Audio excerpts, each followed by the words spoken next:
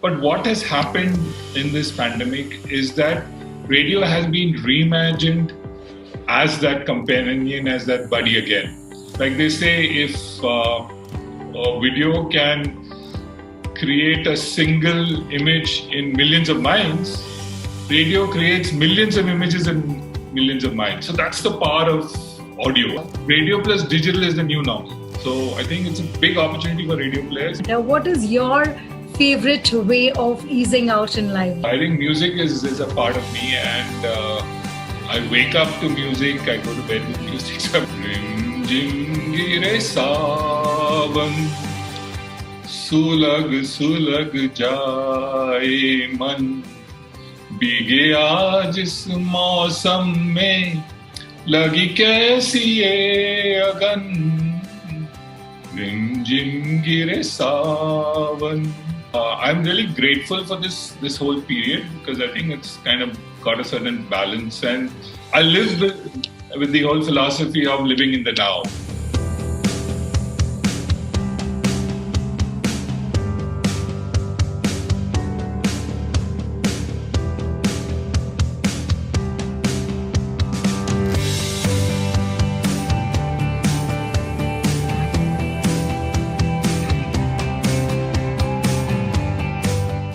So thank you for your time. It's a privilege to have you today with us. Thank you so much for the invitation. I have seen you very candid a person, very, very easygoing, very chilled out. Even now, I was like, oh, he's just not losing his patience over me. How are you like that? Can you talk a little bit about your life mantra, how you go about things? Actually, this pandemic specifically has been very, very good for a lot of us because it's kind of got a certain balance back in our life, right? And you realize that a lot of things that you were chasing isn't necessarily what you want to chase, right? So it's got a certain balance back in our life. And I'm extremely happy with whatever I've gone through in the last year and a half, and the kind of learning and the kind of peace and balance that is kind of getting restored. Having said that, this is something that I get asked quite often. What I must confess is that behind this very calm demeanor, I have a hyperactive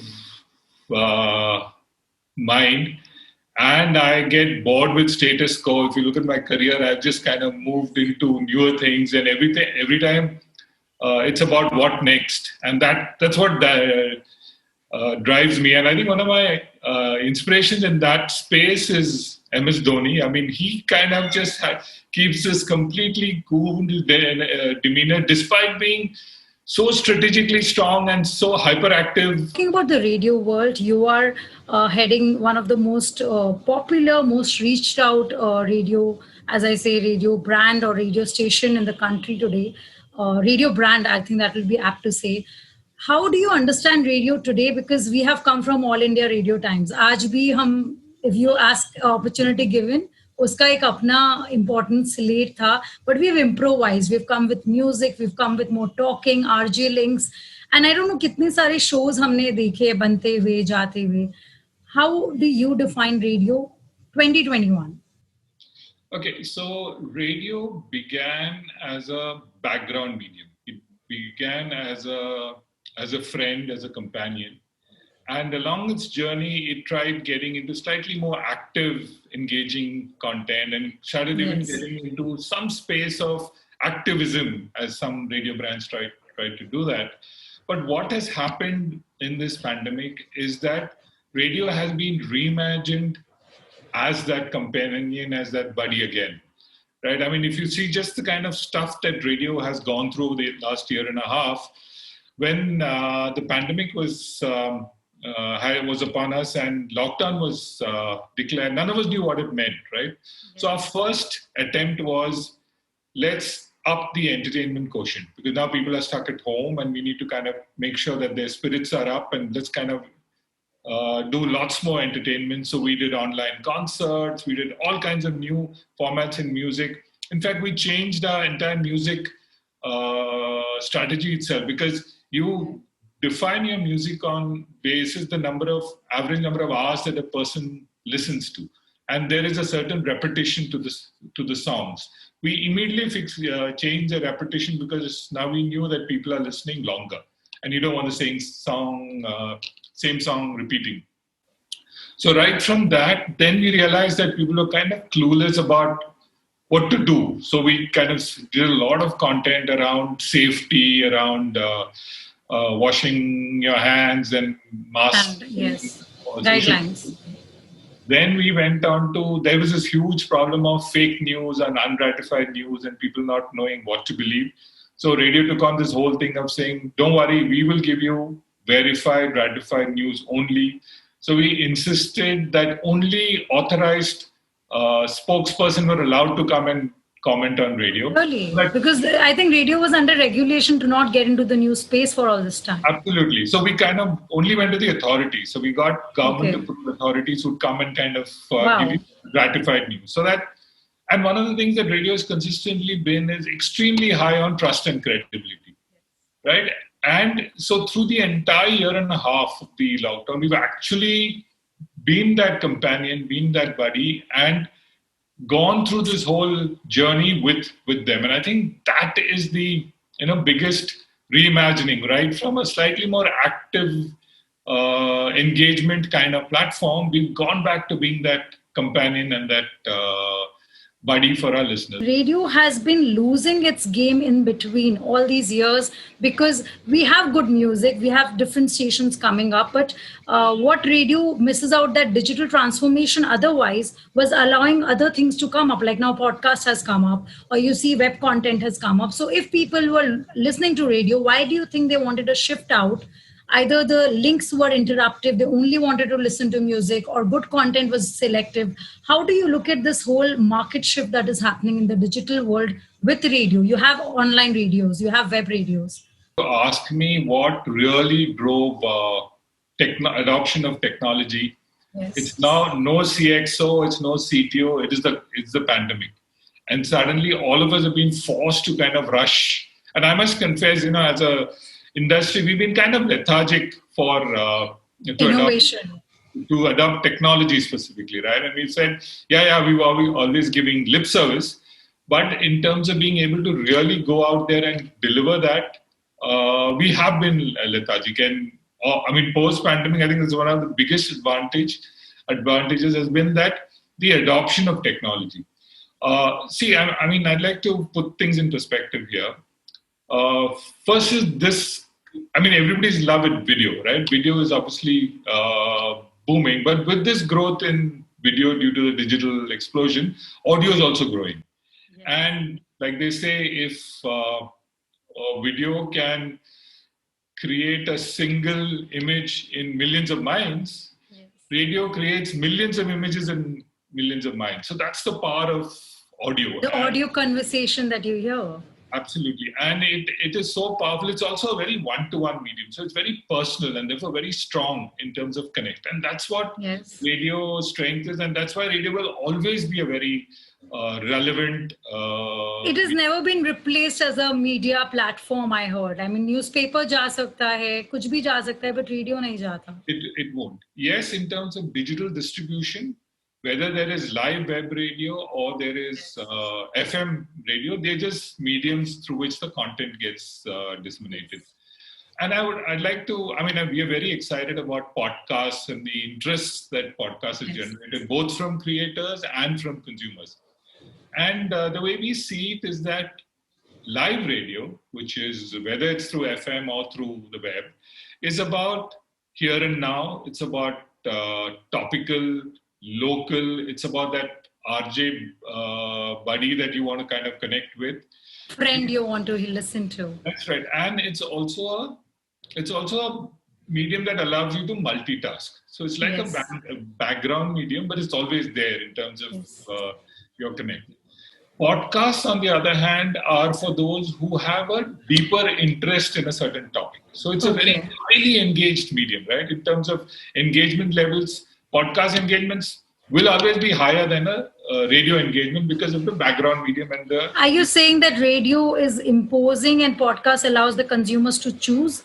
Is radio giving not a choice for people ki jo hum chalaenge, wohi aapko sunna hoga? Is that how you are looking at it? Not really. I'm just saying all of us are really multitasking at all times, right? We're checking phones, we're possibly driving, we're cooking, we're doing whatever, and radio plays at the background, and you kind of get entertained in the background. Whereas podcast is difficult to multitask.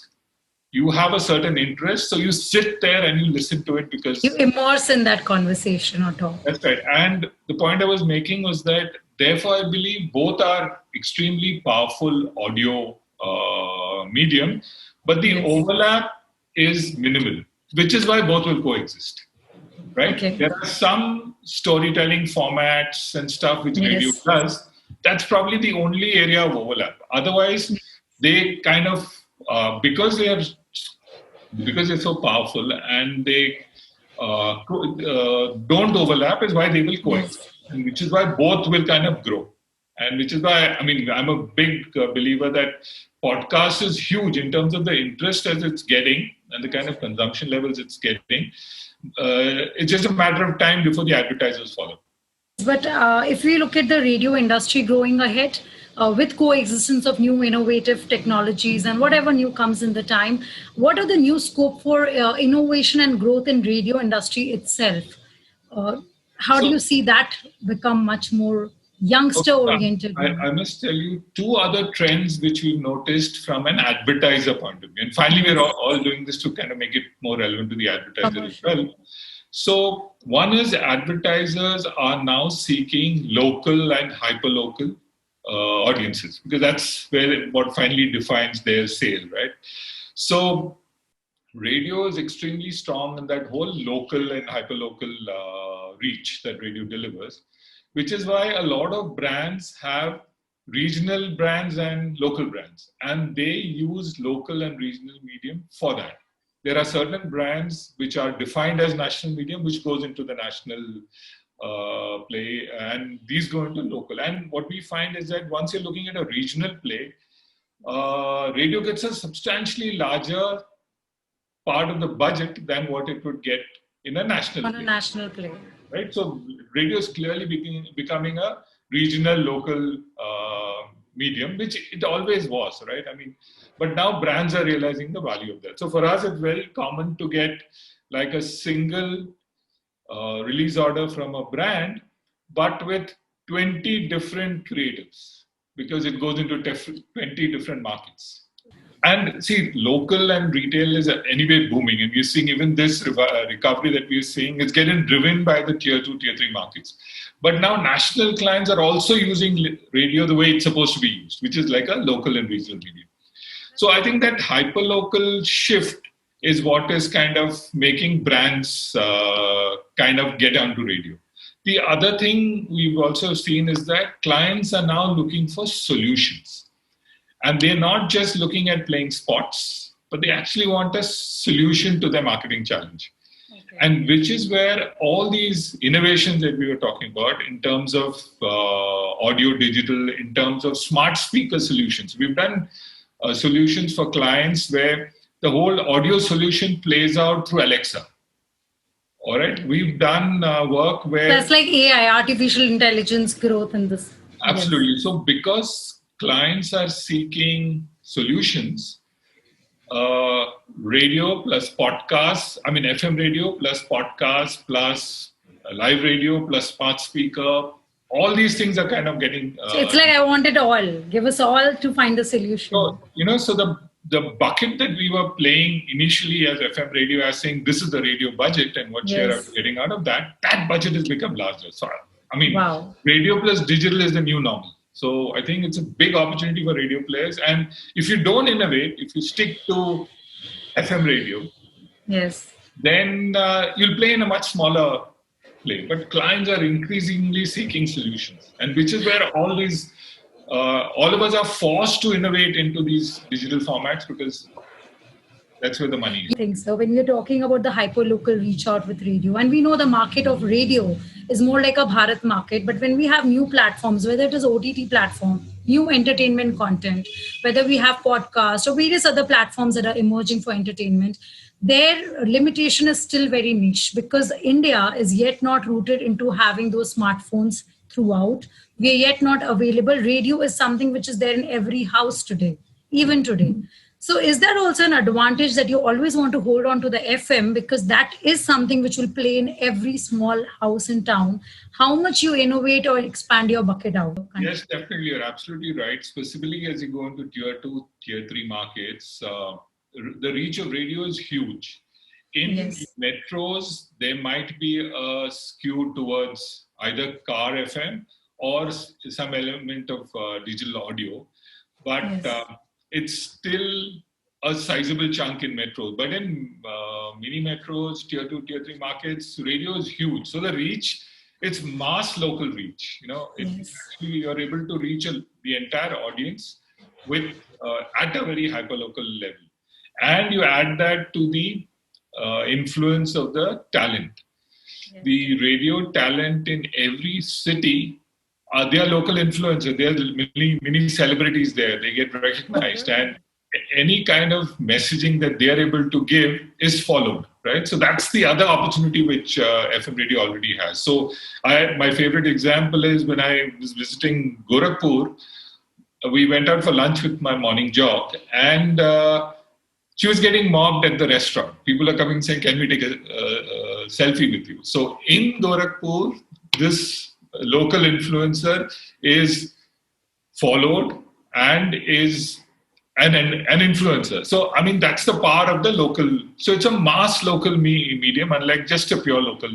So relief in the regulations on FM side would also help in using your other products onto that channeling also, instead of just going digital, which is limited to the internet users in the country. Absolutely. So I think while digital is growing and will explode year on year, there's no two ways about that. But to replace this FM penetration into homes is not possible, and I don't think will happen for a long time. And so therefore again digital plus FM has to kind of coexist, and brands are using a combination of both. So if to give an example, if I'm going to a financial client, right, and you give him a set of innovations which you play out on FM, and you say as part of that there is a series of podcasts that we'll do that will go into to deep dive into those genres. For him, he gets both, right? And that's what I think the future is. Now, coming back to you on a personal side, we would like to know, you've been in this industry for the longest. If given a choice, which are your two favorite, I won't say radio stations for matter, what is your favorite way of easing out in life? Do you listen to music? Do you like chats? What is your choice or inclination towards? Oh yes, I think music is a part of me, and I wake up to music. I go to bed with music. So I've got music through the day running. And the interesting thing is, during this lockdown, I'm preempting your next question. I ended up making so many playlists. So because my music tastes, vary from classic rock and pop at one end to indie music to old Bollywood music. So I have multiple genres of music. So depending on my mood or the friend that I'm entertaining, my playlist is ready. So I have a Sunday morning playlist and I have a Saturday night playlist. And where do you play your playlist? Where do you look? Because you're the CEO of your own radio station. Who gets a life like that? It's like my mood tells me, play this today. Have you ever lived your life in that way? Like a day to yourself with the music? Unfortunately, no, because I mean, I'm not really the typical listener, and therefore what I like may not be what the listener likes. So that is a far more scientific, research-based decision in terms of what kind of music to play. And there's when agencies come and present creatives to me, I've shocked them by saying just 1 second, and I've called the liftmen, the drivers, and told them to decode the ad, because the ad is not targeted at me. I mean, if I like something, it's probably not going to work, right? So once you get that, you actually let the real listener come and get a sense of it. Any kind of promo or any kind of creative that I like, I'm almost sure it won't work with the audience. So it's about trying to create content for the audience. Which is So your favorite medium of communication? By now, you've seen the game around, you've been there in the system, you've given a choice in your life. This is going to stay with you forever. Which is that place that you want? Television, radio, podcast, newspaper. You've been everywhere. So, what's your So, personal I mean, choice? the way I've looked at it, and given the fact that I've come from sales and moved on to monetizing of Yes. creative as a thing. So, for me, content is the play that really excites me. And content, both from a creation and from a client solution point of view. So, I would like to, and let's look at it. I mean, television stations have practically outsourced creative, right? They run the distribution and the monetization and the tech part of it, and the production houses It's kind of outsourced most of the time. Yes. uh, newspapers primarily focus on distribution and printing and Yes. timely dispatch, and a lesser focus is on the content in terms of because the news network exists. Yes. Radio was again till recently completely focused on the logistics of it, of being live and the transmission across The 50 console and the markets. management around that. Correct. And I think it's time you separate the two. So content, if it's audio content, whether it plays out on FM, whether it plays out on web radio, whether it plays out on podcasts, are different. But it's finally content which is separate from the platform. So I think once you figure a way to separate the platform from the content, Yes. then the play changes. So for me, the joy is really in content. Last question, because you gave me this answer, I was thinking of skipping it out, but now I have to ask, what exactly is a good content? Because we see a lot of people having millions of followers over any kind of content, and the audience, actually, we don't know what content they want. Some content we think it's not intelligent because audience is growing intelligent, but the content type can never be defined. Sometimes we find very connected, relatable content doing well when we might not call it a good content. So, according to you, what exactly is a good content? What this digital distribution has done is has made content one-on-one, right? In the Okay. old days, when you were creating content, you were trying to cater to that lowest common denominator, saying that if I can Okay. get that person in, that's the mass, and whoever else is interested will still come in. But now digital allows you to really target individual tastes and individual psychographics and demographics, right? So if you create a podcast on financial services, you get a completely different audience, which and the content may not be relevant to the other guy. So digital allows you to do that. So it's no longer about the content for the lowest common denominator. It's about clearly defining these different clusters, these different tribes, and then targeting content at that. And digital allows you to do that, unlike broadcast media. For example, I consume a lot of video content as well. So there are times when I, in a complete escapist mode, and I love trashy content. So I'm happy to go and just sit in Do front you of. judge? Because I actually watch some trashy content, feel like I'm liking it. It's okay. It's addictive for a moment. It's a great escape, right? So you do that, and then there are really evolved documentary and that kind of content Yes. that you consume at a different point in time. So it's very difficult to generalize that this is the kind of content this audience will like, because So we need it all. We you need, need those bad content also to know the good content value. yes, It's and all some of right. them are entertaining, so why not? I have to ask you this. You have to. You've told me you have a varied taste on music, and you rightfully should have one. So, can you just hum one of your choice over here Oh God, that no. is currently in your mood? I will not let this go. This is like impromptu for you because you are in that space that suits your mood today. Rim jim gire savan, सुलग सुलग जाए मन भीगे आज इस मौसम में लगी कैसी ये अगन रिमझिम गिरे सावन. Is that okay? Not bad at it, I tell you. You're just not bad at it. And it is actually raining in my city. I don't know yours. It is. It's like pouring cats and dogs today. You made my moment. I think this moment it suited us all. Thank you so much. It's a privilege and it's fun to talk to you like this. I would like to meet you in person someday. Because So, whenever I was reading about you, searching your videos, I was just enchanted by your personality. I was like, how is he so easy? You have some kind of aura around you, which keeps you. I don't know what's the thing inside, but on the outside, actually you're playing it like Dhoni. So we yes, are definitely. absolutely. And I mean, this I'm really grateful for this whole period because I think it's kind of got a certain balance. And I live with the whole philosophy of living in the now. So I'm saying, let's make each day memorable. Let's create memories so that's. I mean, finally, what makes you happy when you have memories of something that you did years ago or last month or whenever? That's kind of moments. It's about creating great memories on a daily basis and live in the now. I mean, that's always been my philosophy. And this pandemic has actually made me practice that.